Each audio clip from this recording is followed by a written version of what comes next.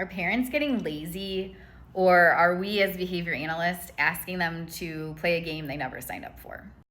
I was recently reminded of one of my favorite presentations that I did at ABAI with Dr. Merritt Shank, and he was doing his dissertation research on using behavior analysis with Little League. And in his talk, he made mention that there's a lot of things he would have loved to have done as a behavior analyst, interventions he would like to put into place, but they didn't fit the game of baseball, and he can't change the game. And he said he had to figure out how to apply our science with the game he was given, not the game that he wants. And I was thinking about that recently in the context of ABA because I've seen some discussions around parents not participating, not having buy-in. I've done a few trainings lately on this topic as well. And there seems to be this common theme that the parents just don't want to do it, or things have changed so much in the field of ABA. We're no longer as structured and regimented as we used to be. We don't expect as much of families as we used to, and what happened to the good old days kind of stuff.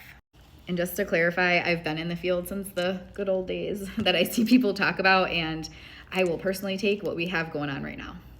And I think back to when I first started in the field and I was told not to take clients if they couldn't do 40 hours a week. And parents had to sign really intense paperwork about things they would or wouldn't do with their child and sit in on sometimes 20 hours worth of workshops at the beginning and then several hours each month, and sometimes serve as the therapist for their child, which that still happens today in certain situations. But when I first started in the field, we basically went into people's homes, threw a book in front of their face and said, you are now a behaviorist and you will do everything we tell you to do.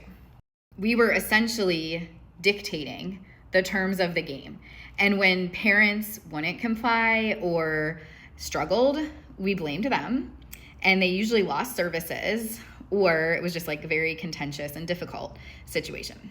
And some of the criticisms I hear now is that parents want an easy fix. I'm not saying that never happens, but this idea that they won't implement my 20-step behavior plan, they're just lazy kind of stuff, or they don't listen to me.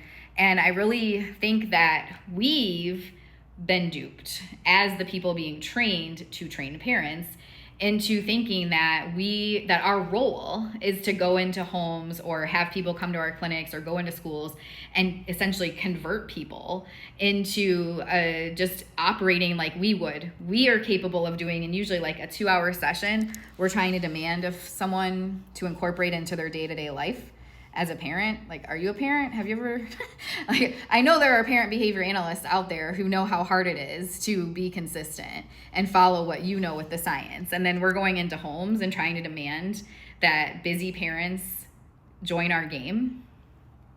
So I would just offer to everyone that maybe we could flip things around. It would be a heck of a lot less stressful for ourselves if we change the expectation and understanding of our role in the lives of the people we're serving. And we understand that the job is not to try to take our science and make a whole entire new game, but to observe the game that exists and figure out how we can apply our science within that game.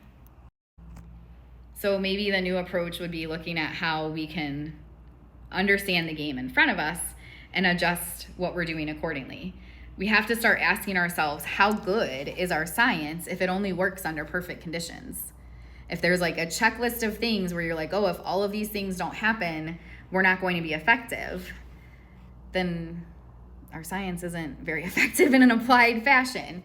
The more skilled and knowledgeable we are with how to observe the game we're given and take what we know about our incredible science and apply it in that situation, the more effective we're going to be, the less stressed and burnt out we're going to be, and the less stressed and burnt out we will be creating for the families and clients that we're serving. I would absolutely love to hear people's tips on how you're observing the game in front of you and addressing that, incorporating our science within that game, as opposed to trying to create an entirely new game that forces people to basically become mini behaviorists.